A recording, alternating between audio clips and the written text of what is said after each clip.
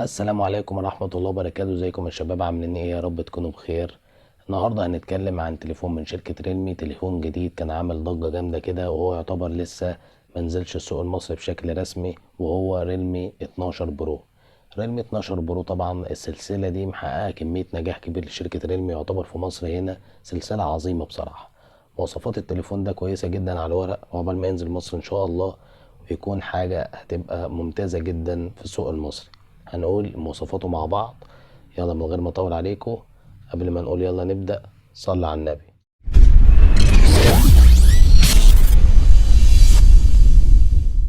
وطبعا هنبدأ على طول بوزن والتصميم بتاع التليفون. وبيجي وزن التليفون 190 جرام، ويعتبر وزنه ممتاز ومريح للإيد.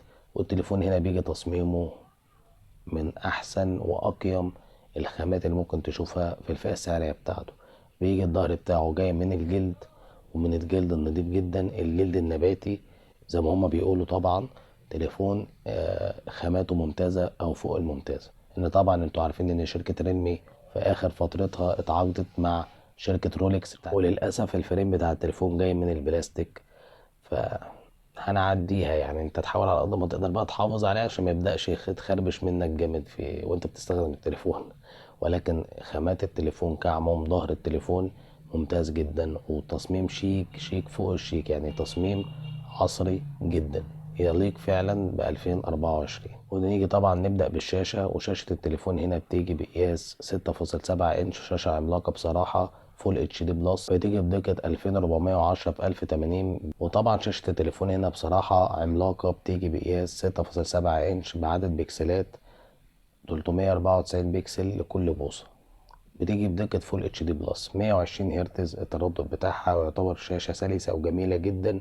وبتيجي من نوع اموليد، هتاخد منها دقة وتشبع في الالوان جميل جدا. بتدعم طبعا ال HDR10، والشاشة هتديلك يعتبر كل حاجة ممتازة في الفئة السعرية اللي هو فيها.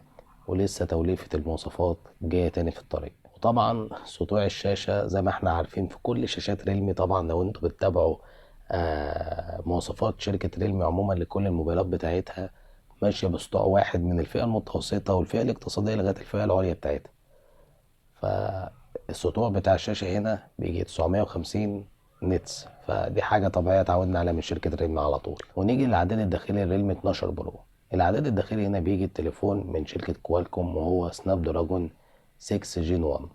المعالج ده كويس جدا بصراحة، وهيدي لك أداء كويس في الألعاب وفي الاستخدام اليومي. والتليفون هنا بيجي بمعالج رسومي أدرينو 710، ودي حاجة كويسة جدا بصراحة. والمعالج ده على فكرة بالمناسبة موجود في الهونر اكس 9 بي، وطبعا ده احنا عاملينه مراجعة، وهسيب لك بتاعه الرابط بتاعه فوق عشان لو عايز تشوف المراجعة بتاعت الهونر اكس 9 بي. التليفون ده ممتاز جدا برضه. والتليفون بيجي معانا باصدارين، الاول 8 جيجا رام مع 128 جيجا ذاكرة داخلية، او 8 جيجا رام مع 256 ذاكرة داخلية. ونيجي للكاميرات، ونبدأ على طول بالكاميرا السيلفي. الكاميرا هنا بتيجي 16 ميجا بكسل بفتحة عدسة 2.4، وهنا هتاخد اداء متميز في النهار، واداء يعتبر مقبول بالليل.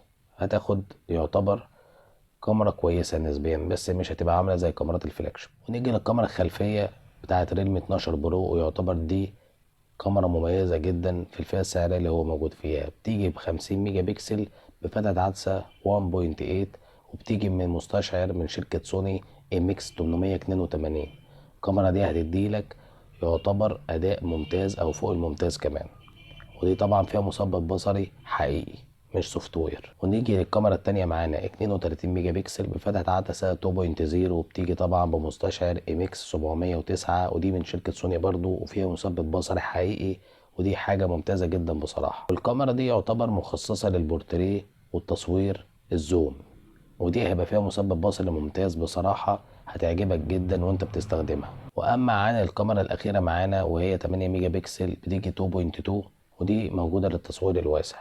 ويعتبر الكاميرا دي بتقدم لك امكانيات ممتازة، وهيعجبك استخدامها بصراحة. يعتبر في الفئة السعرية اللي هي موجودة فيها كاميرات خلفية ممتازة، دي اقل تقدير يتقال لها يعني. والكاميرا الخلفيه هنا طبعا بتصور فيديوهات 4K 30 اطار في الثانيه، وبتصور فول اتش دي 30 و60 اطار في الثانيه، وبتصور 720 30 و60 اطار في الثانيه.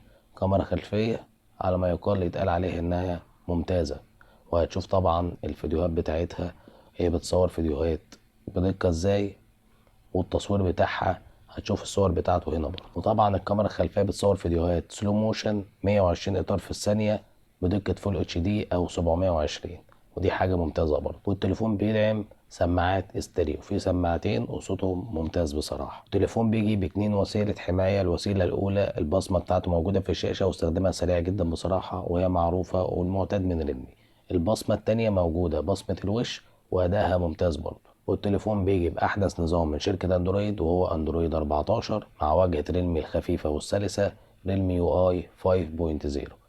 انت هتاخد هنا أداء ممتاز جدا بصراحة لا غبار عليه. ونيجي لآخر حاجة معانا وهي البطارية. بطارية التليفون هنا بتيجي 5000 ملي أمبير، بتدعم الشحن السريع 67 واط، يعني التليفون هيشحن معاك من 0 ل100% في 45 دقيقة. دي حاجة ممتازة جدا. تليفون يعتبر ما يقال عليه شبه كامل، يعني ما يتقال عليه شبه كامل ان مفيش حاجة كاملة، طبعا الكمال لله وحده وصلي على النبي معانا.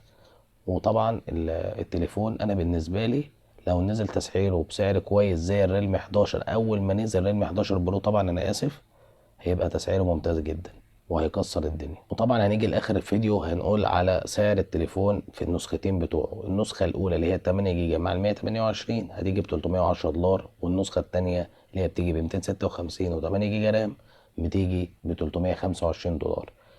انت شايف ان التليفون ده سعره ممتاز ولا سعر عادي ولا سعره عالي؟ طبعا يا رب ينزل بسعر ممتاز في مصر. انا بطلت اقول الاسعار بالسعر المصري عشان الازمة بتاعت الدولار، يا رب ان شاء الله تتحل على خير. قبل ما نقول اي حاجة تاني صلي على النبي وما تنساش تعمل لايك وسبسكرايب وتفعل زر الجرس عشان يوصلك كل جديد. كان معاك احمد عرفة، سلام.